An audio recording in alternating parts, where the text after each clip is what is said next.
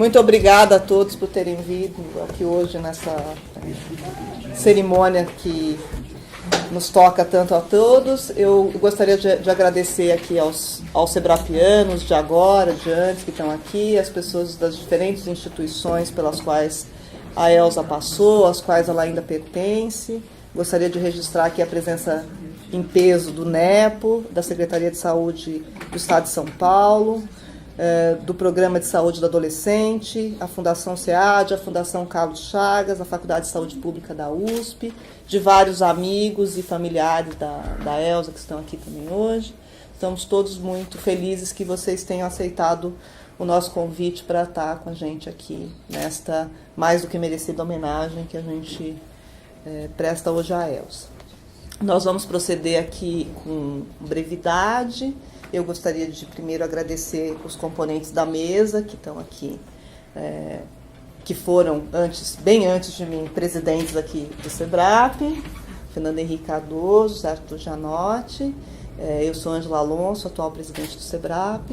Então nós vamos falar aqui nessa sequência, vou falar rapidamente primeiro, depois o Janotti, depois o Fernando Henrique, e ao final a Elza vai dizer algumas palavras.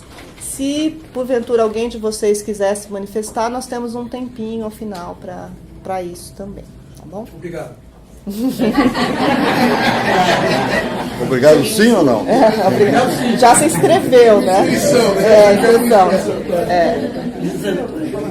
Bom, essa é uma situação informal, na verdade, mas eu aqui nessa mesa, nessa situação, fiquei com medo aqui de falar sem o meu papelzinho, então eu vou aqui ler para vocês o que eu escrevi aqui sobre esse dia. Bom, hoje é um dia... Posso? O Bressa. Vamos esperar por você, Bressa. Imagina. Bom, hoje é um dia muito especial aqui na história dessa casa, porque o SEBRAP é um lugar em que se debate muito, se contesta muito, é também uma instituição muito avessa a reverências, a protocolos, a liturgias de qualquer tipo. Então é raríssimo, que a gente tenha um evento como o de hoje aqui. O que explica esta quebra de praxe é que a gente também celebra hoje uma pessoa raríssima. Os meus colegas de mesa aqui, imagino que vão falar da Elza, dos idos da fundação do SEBRAP, dos tempos da Rua Bahia e das aventuras e percalços daquele tempo.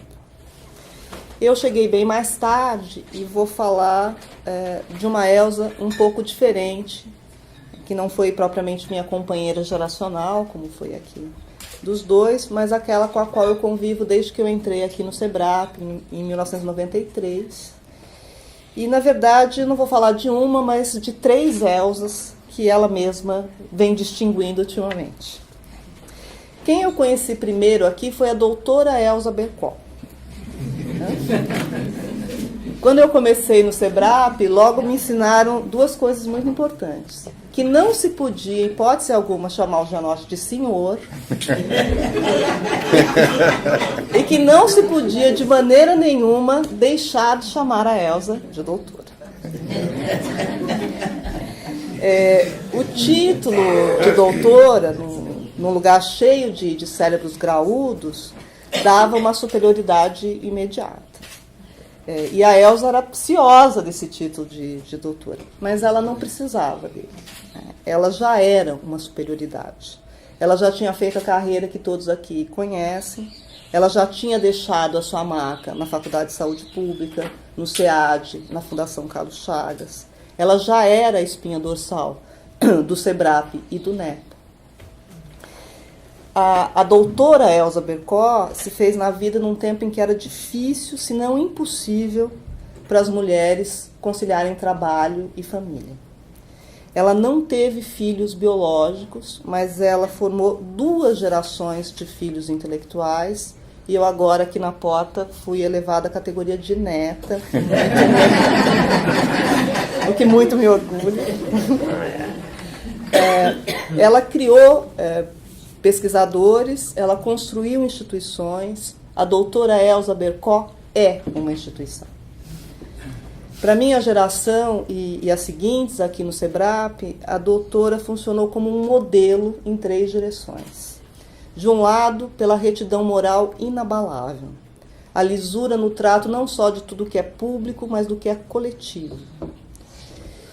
Mas, mesmo quando isso muitas vezes custou, como eu vi aqui acontecer, o sacrifício de amizades.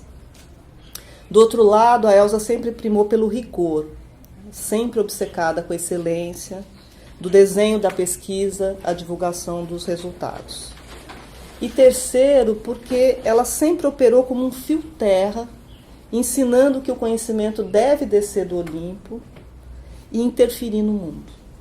As suas pesquisas orientaram políticas públicas, visando melhorar a vida das pessoas, sobretudo das mulheres negras. Esse esforço de conectar pensamento e prática é um dos modos pelos quais a doutora Elza influenciou o SEBRAP e muitos sebrapianos como eu. Essa foi a faceta que eu primeiro conheci e primeiro apreciei. Mais tarde, eu conheci a Elza. É que uma das grandes promoções na carreira aqui no SEBRAP, a gente não tem uma carreira formal, né? Mas acontece no dia em que, depois de anos de casa, no meu caso foram 10 anos mais ou menos, você um dia chega e fala, doutora Elza, e ela fala, não, pode me chamar de Elza.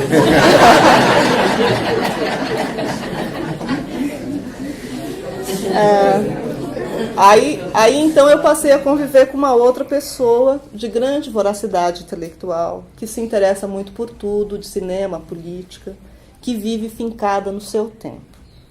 Sempre fascinada pelos temas do dia, sempre disposta a trabalhar com os jovens, que a gente vê aqui cotidianamente, ouvi-los, aprender com eles. E esse lado da Elza nos surpreendeu recentemente, quando ela apareceu aqui com um projeto sobre mudança de padrão de sexualidade de adolescentes.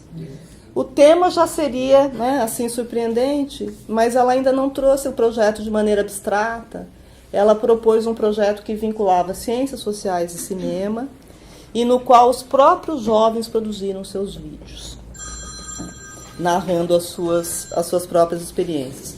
Então, foi um projeto que mostra o grau de ousadia que a Elza sempre teve e continua tendo até hoje. A agenda dela é assim, com temas do presente que apontam para o futuro. E ela sempre empurrou os outros, e eu me incluo aí, a fazerem isso, a olharem para a conjuntura e para as linhas de futuro que ela aponta. Poucos podem dizer com tanta pertinência quanto a Elza, meu tempo é agora. Por fim, mais recentemente, eu tive o prazer de conhecer a Elzinha. A Elzinha é vaidosa, divertida, ela gosta de girassóis e de jogar cartas. Ela é dotada de um coração gigante e orientada por um afeto incondicional. Amiga dos amigos, a Elzinha cuida de todos nós.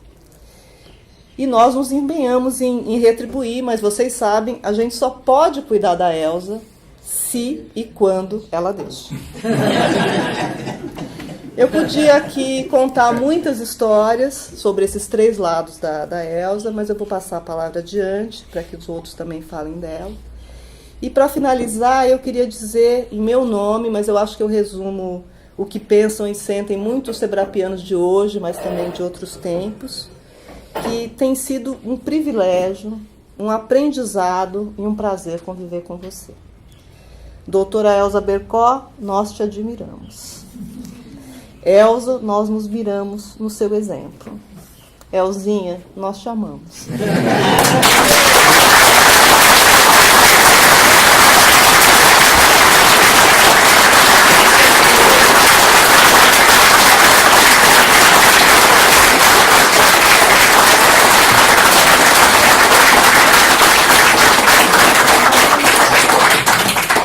Passo agora a palavra para o Janote. Me desculpe, eu estou numa gripe miserável, minha voz deve estar aberta. Em Elza. Não mudou nada. É que eu disse para ele depois de 20 anos que não ouvia. Em todo caso, eu estou aqui para lembrar que o nome que está escrito ali é de uma voz que sempre esteve presente aqui.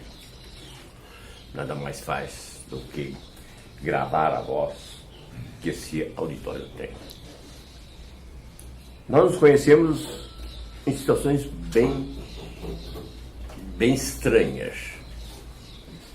Nós, aposentados da Universidade de São Paulo, de 2005, é interessante que eu, por exemplo, já sabia que eu ia ser aposentado, porque eu estava casado com a Lupe, que era professor da ECA, que era subordinada ao Ferri, e o Ferri já sabia da lista de todas as pessoas que iam ser aposentadas, porque a universidade, ela própria, elaborou a última lista. Então, a universidade mexeu bastante para que as coisas acontecessem.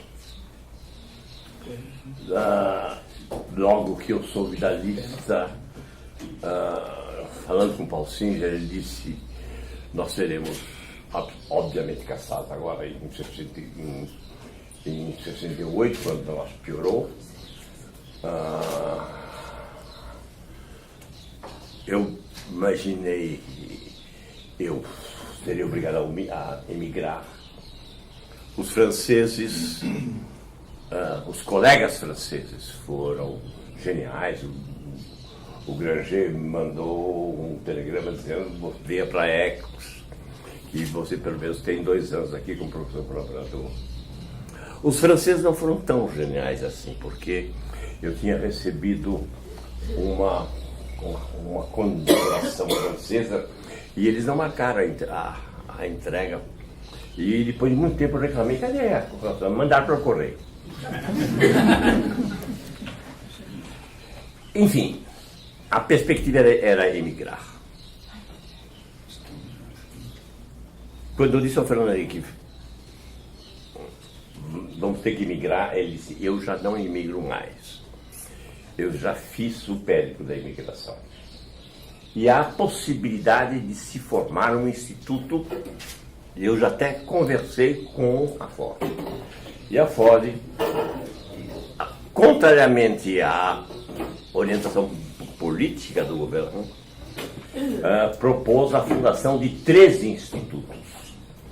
Um no Rio Grande do Sul, outro em Minas Gerais e outro em São Paulo.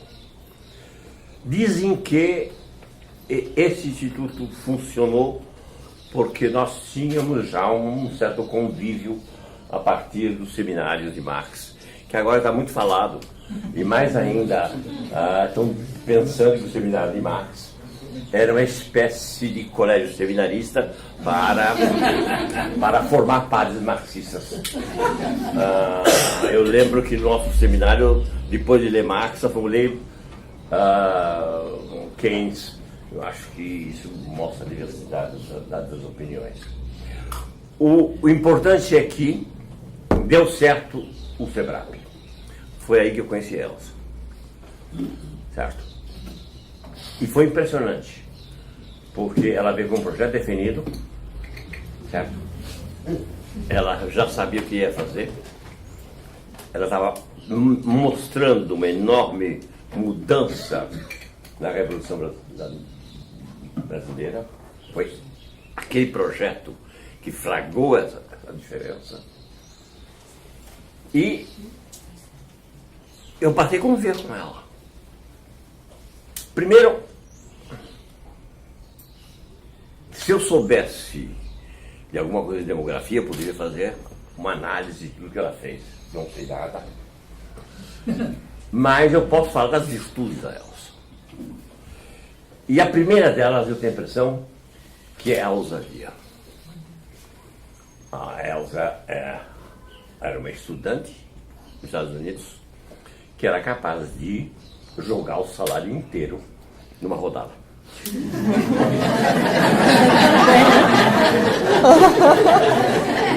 Extremo. Uma enorme paixão pelo jogo. Nós não sabemos nada. Mas De isso... jogo. Horrível. Não sabe E é uma enorme paixão pelo jogo da vida. Você se jogou nela. Essa paixão pelo jogo deu uma enorme virtude intelectual, força que a nossa atual presidente reforçou, mas que naquele tempo, da fundação do SEBRAP, foi algo de muito importante, na medida em que nós formamos, somente nos anos 70, um grupo que estava pensando contra corrente a tudo que estava se pensando na América Latina. Eu me lembro de um testemunho do Donald. Salta. Salta. Não. O argentino, O'Donnell.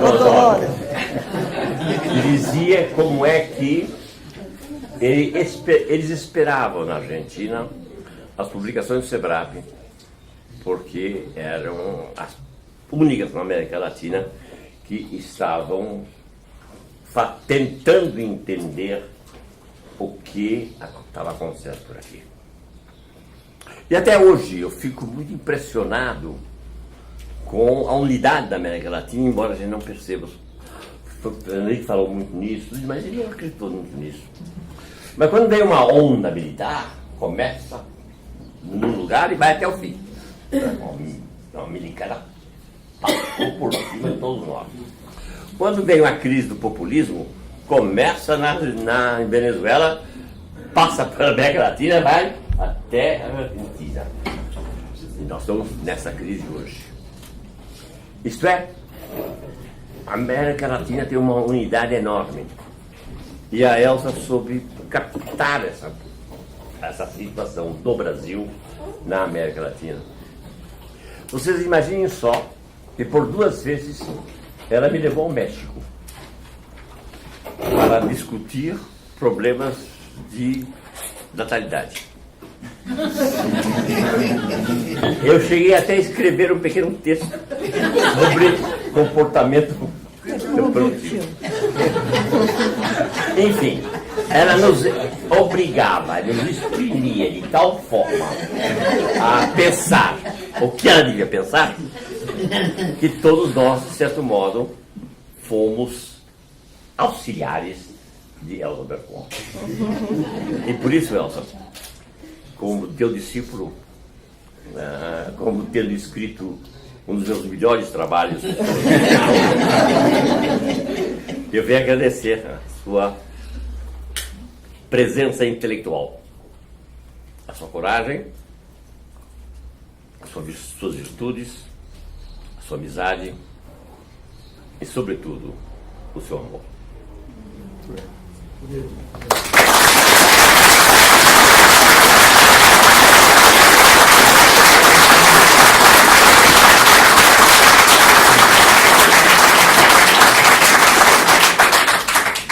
Muito bem, Fernando Henrique, por favor. Bom, eu estava, quando eu recebi a informação que havia essa homenagem a Elsa, eu digo, eu vou, claro. Bom, eu viajei, fui para a Europa, voltei, cheguei aqui e eu tinha marcado outra reunião hoje. Óbvio, cancelei, porque não se pode, a Elsa é a Elsa. E fiquei pensando, quando é que eu conheci a Elsa? Eu não sei o que se eu já era assistente ou aluno, o que era, da Faculdade de Filosofia, e você fez um concurso de estatística, da Cátedra de Estatística, cujo professor era bastante agitador lá na filosofia. E fui reprovado. Foi reprovado. E nós todos torcemos por você. Bom, eu não entendia nada, porque o negócio era aula de estatística, a gente tinha que desenvolver uma equação para provar por que pode haver cálculo de probabilidade. A nossa estatística era absolutamente abstrata e eu queria fazer ciências sociais, sociologia, precisaria de outras coisas mais práticas, e o professor não sabia nada. E a Elsa era uma pessoa que estava na Faculdade de Saúde Pública e tinha desenvolvido uma opção de trabalhos, já era uma pessoa conhecida. Eu não sei, me lembro que ano foi isso, 50 e qualquer coisa. É melhor a gente não pensar muito. Bom, então foi aquela. Mas eu nunca mais esqueci. Eu assisti o concurso, não entendia nada, porque era concurso de estatística, não sei o quê, mas assisti.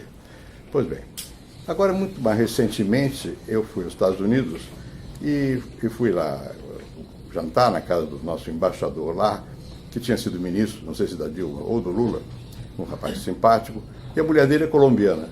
E ela só me perguntou uma coisa: e a Elza Bercó? Por que a Elza Bercó? Porque eu esqueci o nome dela. Vou saltar. É a patriota? Não, ela é mulher, ela é colombiana. E ela trabalhava na ONU. E os trabalhos da Elza marcaram na ONU. Comissão de população, aquela coisa toda. É uma coisa assim, marcante, não é para qualquer um. Né? E nós no Brasil geralmente nem percebemos o que acontece nos outros países, e nem muito bem nas Nações Unidas. Mas a Elza Bercó lá é uma escola, uma tradição. Então, eu tinha da Elza essa impressão inicial, lá concurso, a gente torcendo, ela perde, porque aí que o concurso era mais ou menos arranjado. E o inbreeding, as pessoas se defendem, cada escola, não sei o que e tal. E depois eu vou ver, ela é uma grande demógrafa internacionalmente reconhecida. E no meio tempo é essa Elza que já foi descrita aqui admiravelmente por vocês. Uma Elza competente, séria, trabalhadora, amiga, amorosa. Então, juntar tudo isso não é fácil. A Elza é um personagem. É alguma coisa que vai além da carne e do osso e vai mesmo além do que ela já fez como cientista. Ela é uma instituição nela mesma. Bom, em termos humanos, mortais, o Janotti mencionou aqui a questão da formação do SEBRAP, e eu me lembro bem, nessa ocasião, nós fomos todos aposentados, eu tinha ganho uma cátedra de ciência política, em 68, abril de 68, mau momento, porque em dezembro veio o golpe. Bom, eu já tinha alguma experiência internacional, eu tinha sido professor na França, diretor do Departamento Social da CEPAL. Fiz o concurso, ganhei a cátedra, mas não durou nada, porque veio essa onda reacionária, e nos aposentaram. Bom, aí, isso que o Janotti disse, fazer o quê? Voltar para o exterior? É possível. Eu tinha lugar lá, podia voltar. Mas não tem sentido, vamos tentar ficar aqui. Aí, quem que nós contamos realmente para fazer o SEBRAP? Alguns da USP, alguns que não tinham sido aposentados, que vieram por solidariedade, como o Juarez Brandão Lopes, que era da Faculdade de Arquitetura, de formação... Procópio. O Procópio, que foi realmente peça-chave, o Cândido Procópio Ferreira de Camargo, e a Elza tinha sido aposentada. Então era um pequeno núcleo, o Procópio já tinha relações com você lá. Isso. Não é? Um pequeno núcleo da Escola de Ciência de Saúde Pública, da Faculdade de Filosofia e da Fundação Getúlio Vargas. Na verdade, o apoio que foi dado no início para nós fazermos isso aqui veio também do pessoal da Fundação Getúlio Vargas, o Roberto Guzmão e o Angarita, que deram um apoio decisivo. E, de fato, o que o Janotti contou aqui. Naquela época, como hoje, havia enorme preconceito contra a Fundação Ford, a Fundação Rockefeller, que já tinha tido um papel destacado da formação da Faculdade de Medicina aqui de São Paulo. Mas, ideologicamente, braço do imperialismo. Bom, eu, como já tinha estado no exterior e vindo da CEPAL, eu conhecia essas fundações e sabia que funcionar depende. Às vezes sim, às vezes não. Bem, então procuramos efetivamente um sujeito chamado Peter Bell, que já morreu, que era jovem naquela época. E tinha um outro que eu esqueço o nome também, que era o chefe dele. Bom, esse Peter Bell teve um papel decisivo no Brasil e no Chile mais tarde, de criar instituições para poder permitir que as ciências sociais se desenvolvessem e com apoio no caso da Fundação Ford, né? Eu estive no Chile, vi o efeito disso lá. E nós fizemos o SEBRAP com esse propósito. E o nome SEBRAP era para ser um nome asséptico, Centro Brasileiro de Análise e Planejamento, não é nada. Né? Para poder passar, porque na época não é. Hoje é simples, mas naquela época não era assim. E havia que tomar certas precauções. para poder organizar a própria Fundação Foto, tinha dúvida se haveria possibilidade de criar uma instituição a despeito de alguns nomes. Nomes conhecidos mesmo, eram poucos naquela época, conhecidos internacionalmente. Ela já tinha uma obra científica. Então, serviu também de aval para nós podermos nos juntar aqui com outros que vocês conhecem, a maior parte ouviram falar da maior parte deles. Esse modelo foi reproduzido, e eu fui diretor, sou até hoje, alguns desses centros que há pela América Latina fora, que são todos sebrapizinhos. O Dona criou um na Argentina. Nós criamos um outro no Chile. Eu fui agora ao Chile, e eles comemoravam, acho que 40 anos, não me lembro quantos anos, de um centro que foi criado pelo Foxley. Foxley virou ministro depois da Fazenda lá no Chile. O Ricardo Lagos participava desse negócio também. Enfim, foi um momento interessante, porque foi de resistência político-intelectual. Essa era a ideia da formação do SEBRAP. E a Elza sempre teve, que foi descrito muito bem aqui pela Ângela, um sentimento do agora e um sentimento do povo, um sentimento da necessidade de uma relação entre o que se está fazendo teoricamente e a vida, a sociedade, como é que ela está, não sei o quê. Bom, então, o SEBRAP nasceu, como essas outras instituições que eu mencionei, com essa vocação, que era uma vocação pública. Nunca tivemos uma coloração política definida, de um partido qualquer. Vou contar um pequeno episódio do SEBRAP também. A certa altura, o Vinícius Caldeira Branco estava preso, que era ligado a um grupo qualquer daquela época. E terminou, liberaram o Vinícius e ele apareceu na minha casa. E me disse que queria trabalhar, não queria ir para a clandestinidade. Eu digo, Vinícius, eu posso arranjar alguma coisa para você no SEBRAP, só com uma condição. Se você estiver ligado a algum grupo dos que existem, não dá, porque você vai com toda a organização, todo o SEBRAP vai ser prejudicado com tudo isso. O Vinícius me disse, não, eu não quero mais participar da luta armada. Fiado na palavra dele, trouxemos o Vinícius para cá. E assim fizemos com vários. Aqui hoje, no Brasil, a gente pode dizer que é isso, aquilo, reclamar, tudo bem. Mas há liberdade. Eu não vou esquecer nunca, e é usado de se lembrar disso, o dia que nós estávamos aqui, nesta casa, foi na Rua Bahia. E entrou o Chico de Oliveira, abatido, cercado por policiais, que iam pegar o volume do Capital dele lá. Com a ideia de que a leitura do Capital era uma subversão. Agora, como o jornal disse aqui, nós lemos o Capital quase, não digo politicamente, mas militante naquela época, tinha alguma experiência de militância, éramos dois, eu e o Paul Singer, que tinha militado no negócio do sionista e depois no Partido Socialista. Os outros eram militantes de academia. Não tinha militância política praticamente nenhuma. Quem? Ninguém. Bom, e se vocês forem pegar o meu volume do Capital, está cheio de anotações. O Gianotti queria fazer uma leitura do Capital seguindo, você quer que os entusiasmados Russeliano. Russell, mas quem é que sabe quem é esse cidadão? E era uma briga tremenda, porque havia dois grupos. Os da antropologia fundante, que era o Bento Prado. O Bento de política não sabia nada, não tinha o menor interesse. Mas ele era um gente extraordinário.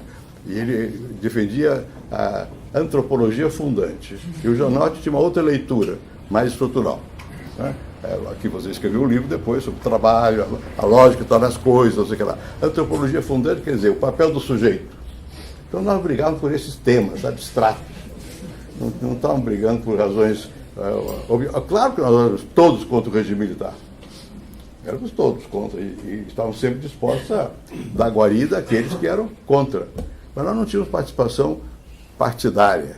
Isso só começou muito mais tarde, quando nesta casa, um dia, o senhor Ulisses Guimarães e o senhor Pacheco Chaves vieram aqui para falar comigo, para saber se eu estaria disposto a escrever um programa de campanha para eles. Eu digo, olha, eles como polícia achavam que nós éramos um grupo subversivo.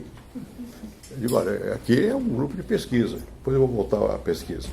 E aqui eu tenho que perguntar, porque ninguém aqui está automaticamente ligado a nada. Perguntei e alguns se dispuseram a escrever um programa. entre os quais, que eu me lembro, o Vefor, o Chico, não sei quem mais, o Bolívar. Bom, e fizemos um livrinho vermelho, bom, que era para a campanha eleitoral do PMDB em 1974. E o PMDB, nesse dia, nessa eleição, ganhou tudo, mas não por nossa causa. Nós escrevemos e nós treinamos, pasmem, Orestes Quercia, para poder falar na televisão. O Quercia tinha um apartamento aqui perto e tal, ele não sabia nada de nada, nem eu. Nós estávamos treinando. Ali foi uma decisão, não foi do SEBRAP, foi de alguns de nós, de ajudar. Qual era a discussão? Vale a pena ajudar um partido institucionalizado? Ou vamos ficar na posição de... Pode falar. Tem um fenômeno, um episódio que você esqueceu, anterior, que o primeiro momento que o SEBRAP deu passo para a política. Nós tivemos uma bomba lá na Bahia. Fomos para o apartamento lá em Campinas. Eu me lembro numa festa de Natal, de repente aparece o Ulisses Guimarães e o Pedro Simão. E o Pedro Simão convida o Fernando, o Chico e eu para fazermos conferências. Fizeram em Porto Alegre. Foi o primeiro momento em que houve abertura para a política. E eu me lembro que o Pedro Simão ficou tão encantado porque a juventude veio para a Assembleia. Você falou para 2.000 pessoas. E o Delfim tinha estado um dia antes e tinha falado para 800. Então o Pedro se arregalou todo. E com isso que começou a primeira participação do SEBRAP. Eu falei contra a tortura em público. Aí diziam que é porque meu pai era general. Meu pai era general, contrário ao golpe. Não, é porque nós falávamos que nós tínhamos um sentimento de um pouco de responsabilidade global intelectual. E achávamos que não aconteceu nada, quer dizer, não aconteceu nada. Aconteceu. Mas, enfim, isso é outra história. O fato é que aqui, o que marcou o SEBRAP e marca até hoje, é que tem esse espírito de você pode ter escolhas políticas, deve ter, pode ter participação política, mas sabe também o que é ciência. Não pode transformar tudo em ideologia. Nós tivemos aqui nessa sala e em outras salas por aí afora do SEBRAP uma coisa chamada mesão. A Elza participava disso. Lembrei muito ontem. O mesão era uma mesa enorme que nós sentávamos para brigar entre nós. Brigar fortissimamente. Vocês conhecem o Janotti, como começa a brigar, diz desaforo em italiano. Eu não sou assim, mas dou minhas picadas também. E assim, todos éramos assim. Quer dizer, nós discutimos com o peito aberto, porque nós acreditávamos nas coisas. O problema não é você ter tal ou qual posição. Como é que você constrói essa posição, com que sinceridade você se joga nela e qual é a capacidade que você tem de defendê-la. E se ela tiver efeito na sociedade, melhor. E isso nós levamos anos fazendo isso. Isso aqui, eu dizia, é um mosteiro medieval naquela época. Por quê? Porque no mosteiro os padres estavam lá e podiam ter ideias revolucionárias. O Pascal fez uma revolução lá no mosteiro. Né? Aqui era um mosteiro, você tinha que ter ideias e um pouco intramênia, diriam os latinistas, dentro dos muros aqui do SEBRAP. E nós tínhamos ilhas, comunicávamos com algumas ilhas. Aqui, por esse tal de mesão, passava todo mundo. Celso Furtado, Hélio Jaguaribe, Luciano Coutinho, tem quem vocês queiram, João Manuel, tudo era meninada, na verdade. Mas passavam aqui, porque era um mosteiro. E a gente aqui tentava manter alguns valores. O valor da ciência, o valor da liberdade, o valor da pessoa, o respeito. Nós brigamos muito, e até hoje nós brigamos. Né? Mas nós brigamos intelectualmente, e talvez pode ser politicamente, mas respeitando o outro. E nesse ambiente todo, a Elza era quase que um marco. Por quê? Porque ela fazia ciência de verdade, nós não, ela era um borboleteando, né? Ela fazia ciência de verdade, fazia a demografia dela, e ao mesmo tempo nos contaminava com a demografia, que mostrava que as mudanças que estavam ocorrendo no Brasil, a queda da taxa de mortalidade, o papel das mulheres nesse processo todo, o que aconteceu com a estrutura da família, quer dizer, nos dava uma perspectiva mais do chão, mais de terra, para nós sairmos da discussão sobre Husserl, antropologia fundante, que era realmente, nós éramos balões, íamos pro ar, voando aí com as nossas teorias, e a Elsa sempre foi mais uma pessoa da ciência dura, digamos assim. Mas convivia, passou a ser uma pessoa de referência afetiva, isso é muito importante. Ninguém na vida sobrevive se não tiver uma dimensão afetiva, se não for capaz de se relacionar amorosamente, como foi dito aqui, uns com os outros. Você pode brigar à vontade, pode ter posições teóricas que você quiser, mas como ser humano, se você deixar que a sua humanidade sucumba à sua glória ou às suas crenças, à sua visão conceitual, você está perdido. Você tem que tocar em você, na pessoa como pessoa. Elsa sempre foi isso. Ela sempre foi uma pessoa. E no momento necessário estava lá a Elsa firme. Né? E era de se lembrar que outra pessoa extraordinária foi o Cândido Procópio Ferreira de Camargo. Né? Essa instituição que continua aí vibrando, eu continuo, quando eu posso eu leio algumas coisas, inclusive seu último livro, mas acontece que isso é muito importante porque tem que ter a argamassa. A argamassa se faz com pessoas, se faz também com respeito às pessoas, com sentimento de como cada uma das pessoas é. E a Elsa simboliza isso. O SEBRAP sem a Elsa não seria o SEBRAP. Muito obrigado.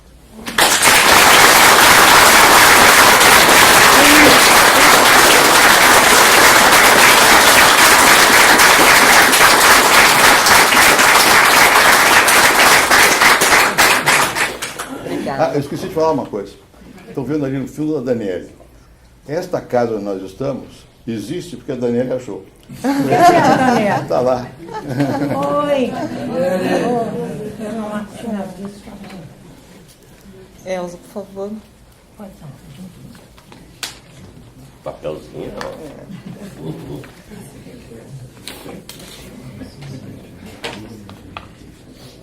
Antes de mais nada, eu gostaria de agradecer muito a presença de várias autoridades aqui, vários amigos, a minha família, e todos que eu fui passando por todos, estão todos aqui. Todos aqui, muito obrigada.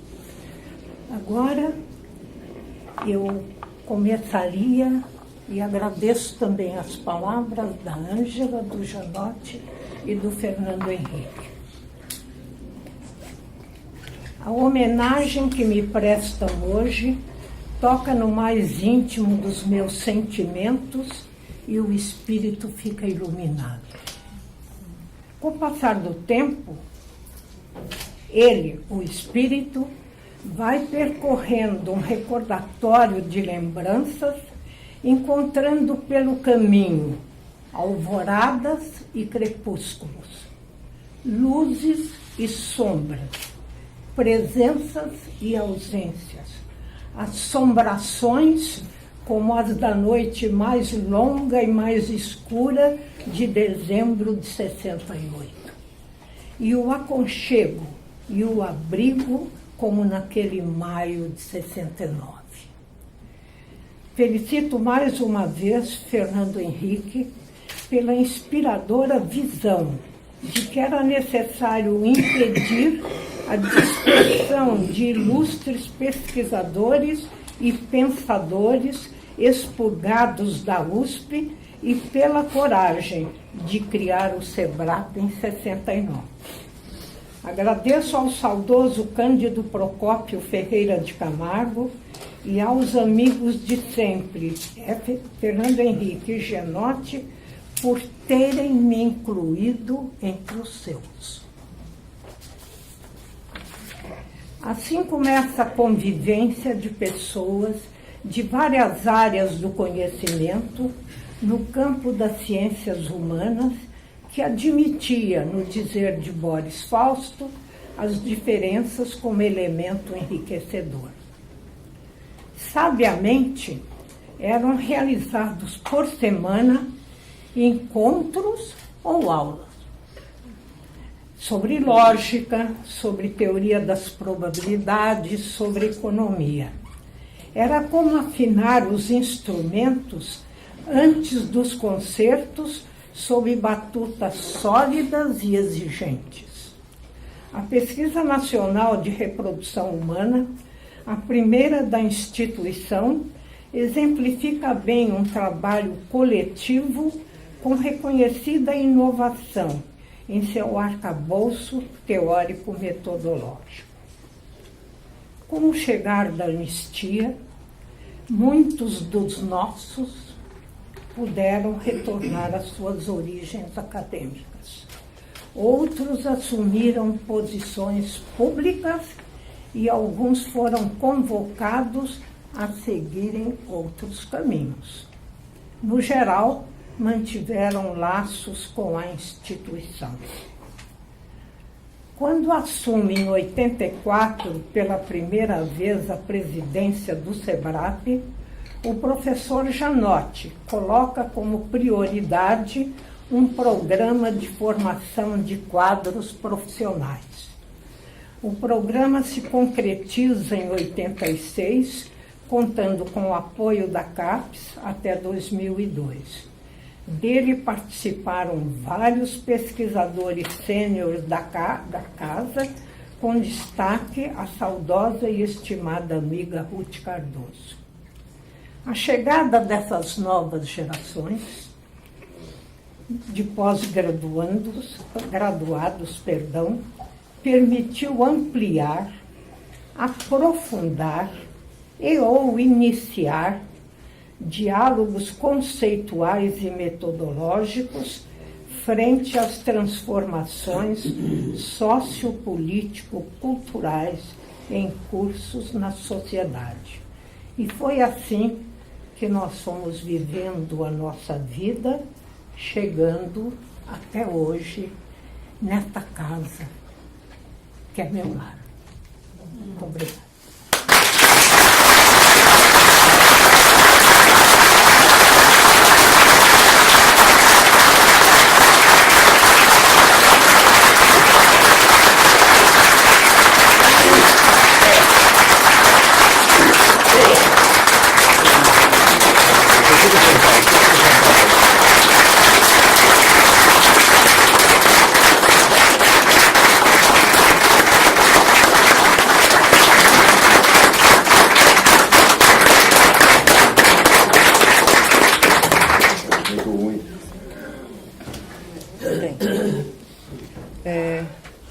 Bom, nós teremos mais um minuto se alguém quiser ainda falar.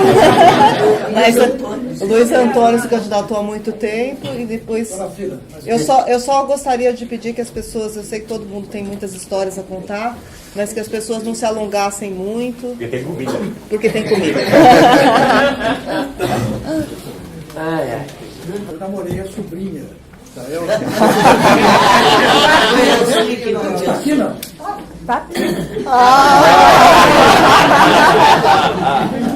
Meu pai nos levava para o Quisizano, em Poços de Caldas, em 62, 73. Foram 2 longos meses de namoro. Ela era solteira, viu? Ela era solteira. E eu também.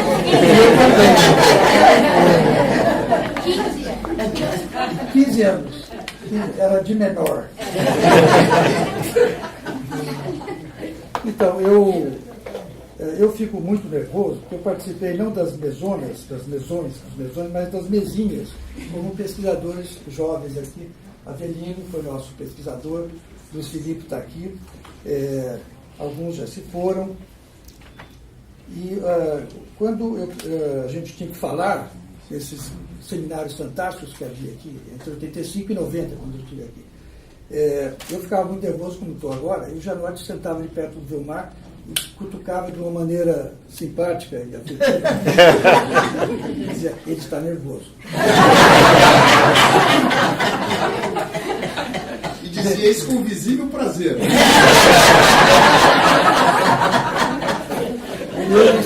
Eu estou nervoso. E eu escrevi no avião entre Juiz de Fora. Tem um um avião novo, preços ótimos, Juiz de Fora, de São Paulo, pela Azul, eu escrevi Azul. Eu escrevi essas mal traçadas linhas. Deve começar por aqui. 3 minutos. Aliás, o e-mail da Ângela é Ama Alonso. Ângela, nós te amamos. Então, faz parte da minha vida, meu itinerário de afetos e de trabalho nos anos do SEBRAP, 85, 90, professora Elza Bercó. Foram anos de extraordinária efervescência. Elza, nossa professora Elza Salvatore Bercó, era uma referência para todos nós. Marleida, secretária exemplar. Elza, doutora Elza, colega exemplar. Tempos idos e vividos, um dia a dia que marcou profundamente as minhas expectativas em relação ao Brasil. Tínhamos 2 rumos diante de nós, 2 caminhos, 2 horizontes. Para todos nós, os caminhos levavam ao povo nas praças. A praça é do povo como o céu é do condor. O horizonte se fechou nas últimas décadas, especialmente na última década. Nuvens pesadas, em que espelhos da história se perdeu a face brasileira. Elza, vamos todos juntos e juntas, aos 80, aos meus 80, aos seus 90, aos seus 100, cento e tantos. Por Vilmar, por Ruth, por Procópio, por Vinícius, por Antônio Flávio, por Guilhermo, doutor, o Guilhermo, você esqueceu. Ainda há, eu também esqueço, ainda há a trilha maior e mais límpida que passaria meu filho Vinícius, que faz hoje 19 anos, hoje, e que está na Universidade Federal do Sul da Bahia, a última universidade aberta pelo ministro Haddad, como ministro da Dilma. Uma universidade que está bombando. Porto Seguro, jovens serão bem recebidos lá. Penso no meu filho, penso em Elza, penso em Antônio Cândido. Há exatos 30 anos, quando Antônio Cândido fazia meus 70 anos, estava aqui, Elza e Chico de Oliveira, Chico ali sentados na frente, com perguntas candentes ao Antônio Cândido. Procuramos hoje, com o Janote à nossa frente e o legado intelectual de vida inteira de Fernando Henrique Cardoso, relembrar as respostas de Cândido. Foram duras e premonitórias. Está tudo lá, escrito nas estrelas, para brilhar numa lógica e numa história futura nesse país. Obrigado, Elza.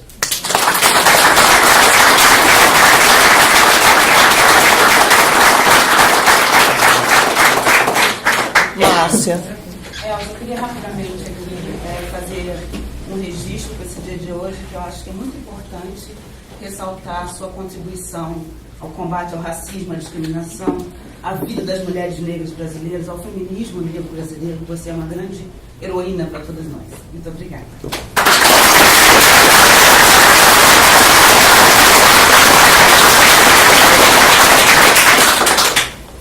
Mais alguém gostaria de... Estamos todos emocionados e famintos? Eu posso voltar? Claro!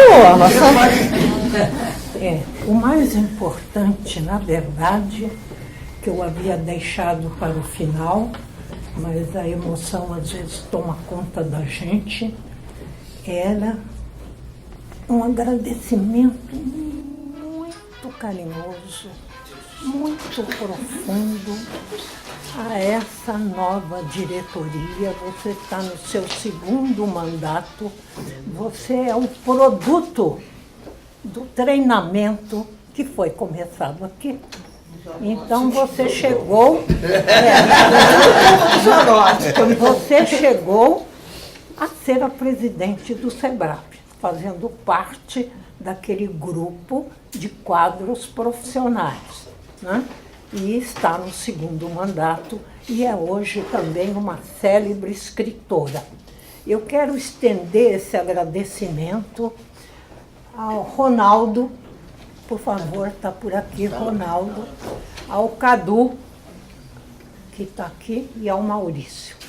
vocês que conduziram a diretoria num primeiro mandato e agora alguns estão no segundo, é um sentimento de muito carinho e de muita confiança de que vocês farão tudo que é necessário.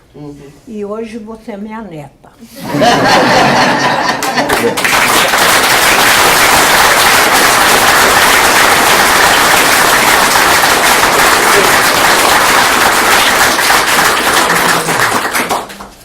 Pois não.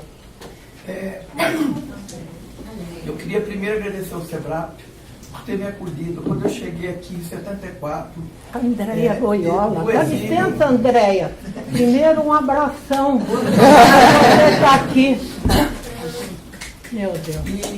E cheguei aqui, saí do ensino totalmente perdida, sem poder trabalhar em lugar nenhum, porque tinha sido aposentada e fui acolhida pelo SEBRAP. E tive...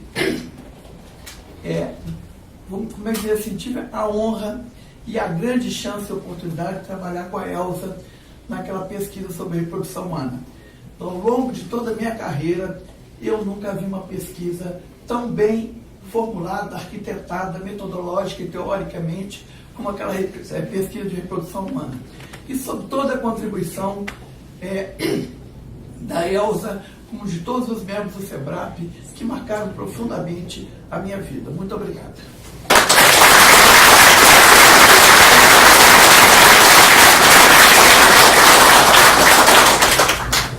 Bem, agora se ninguém mais quisesse se manifestar... Ah, tem um monte de gente. Você lá atrás, depois o Haroldo. Eu fui orientada pela Elza como no meu doutorado, mas eu queria mais que isso, lembrar o nome do professor Alberto Carvalho da Silva, que dentro de toda essa trajetória que vocês contaram aí, foi a pessoa que me deu minha primeira bolsa pela Fundação Ford e acreditou que eu tinha potencialidade para trabalhar com vocês e me orientou a buscar o SEBRAP nos anos 80, início dos anos 80, para realizar primeiro meu mestrado e depois meu doutorado.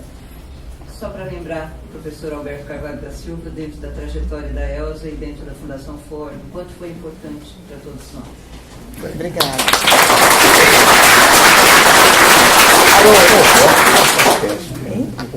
Eu queria falar aqui em nome dos demógrafos.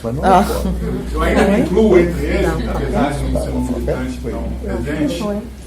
A Elza tem uma contribuição fundamental para a democracia brasileira. Eu acho que é um pedaço da história que não está aqui presente, mas está aqui presente. O MEPO está aqui, a Fundação SEAD está aqui, a ENSE está aqui, uma série de organizações no campo da democracia estão aqui prestigiando a Elza. A Elza esteve na construção da Associação Brasileira de Estudos Populacionais, que é extremamente relevante, atuante e viva. É interessante porque ela é uma associação de pessoas e não de pós-graduações, né, que é bastante diferente do formato das outras instituições científicas nesse campo. Nós somos demógrafos como pessoas, a Elza foi um personagem essencial na estruturação disso. Depois ela construiu o Comitê Brasileiro de População, né, na gestão do presidente Fernando Henrique, que tem dado contribuições muito importantes aí para pensar a agenda de população no Brasil. Então, embora sendo demógrafo menos autorizado a falar disso tudo, como todos estavam calados, os demógrafos também da casa, do SEBRAP, eu acho que é muito importante lembrar esse pedaço da história e homenagear nesse sentido. Obrigado.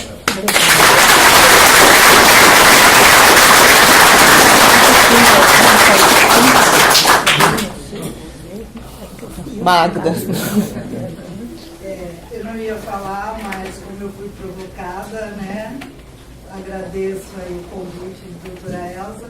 Então, se Ângela é neta, eu sou filha de doutora Elza, eu sou da primeira equipe de saúde reprodutiva da Mulher Negra e tive uma grande honra de trabalhar com a doutora Elza, que é essa pessoa incrível, né? Que você muito bem narrou, o Gianotti também, Fernando Henrique também. Então eu só tenho um agradecimento de ser a pessoa que sou até hoje, né? Honrada pela doutora Elza. Muito obrigada.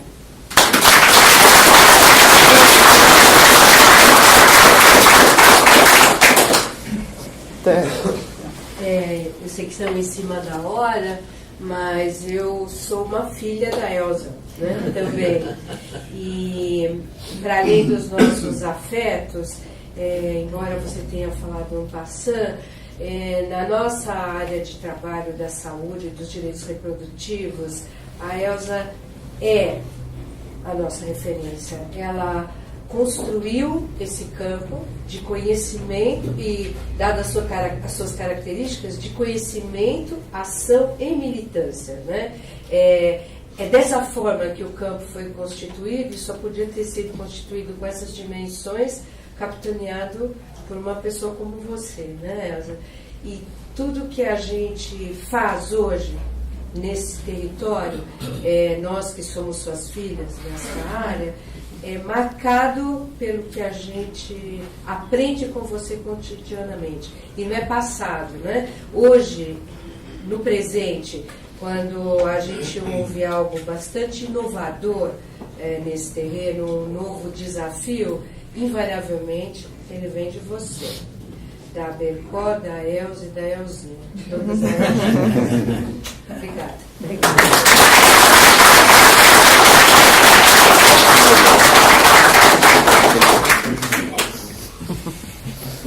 Por favor. Bom, eu fui provocada. Eu também sou filha. Eu sou a filha gringa dela. E na verdade nos conhecimos em um seminário do NEPO, onde eu tinha a carga de me apresentar para a doutora Elza Bercó, que la chamavam no CELADE o Papa da Demografia Brasileira. Então, quando nos cruzamos, ela olhou para mim e falei: agora, Mayra, olha para ela. Ela nunca foi a doutora Elza para mim, sempre chamei ela de Elza. Acho que por uma postura prepotente de porteña, mas tenho que contar para você que existe uma quarta Elza, que é Elcita, que é assim que nos comunicamos permanentemente. Eu fui acolhida por Elza, fui para o NEPO, me enseñó lo que es demografía, lo que es pesquisa científica y militancia paralela, mas sobre todo, y por eso soy filha, ella me acolheu como mãe. Então, obrigada, gracias.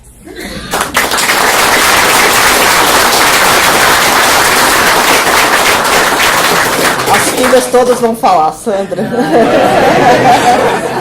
Agora não dá para não falar, né, Elza? A minha entrada na demografia se deveu totalmente a Elza, né? Eu sou uma antropóloga enxerida na demografia. E a Elza me ensinou muito, tem me ensinado muito até hoje. Acho que a nossa relação, Elza, é uma relação que começou há um bom tempo, mas ela foi se modificando e foi se aprofundando. Eu acho que o afeto que nós sentimos hoje uma pela outra é como afeto de mãe e filha, né? E eu acho que hoje ainda você me surpreende sempre com a sua ousadia na pesquisa. Então, o novo tema de pesquisa da Elza, que eu acho que você gostaria que você soubesse, é suicídio juvenil. Não é? Enfim, os dados demonstram como isso está crescendo no mundo e no Brasil também, um aumento. E a Elza se interessou por esse tema e fez com que todas nós pensássemos a respeito disso agora. Então, isso é de uma ousadia, de uma contemporaneidade, né, que a Elza nos apresenta a todo instante. Então, viver com a Elza, sempre estar aprendendo. Então, por tudo, Elza, por tudo que você tem feito.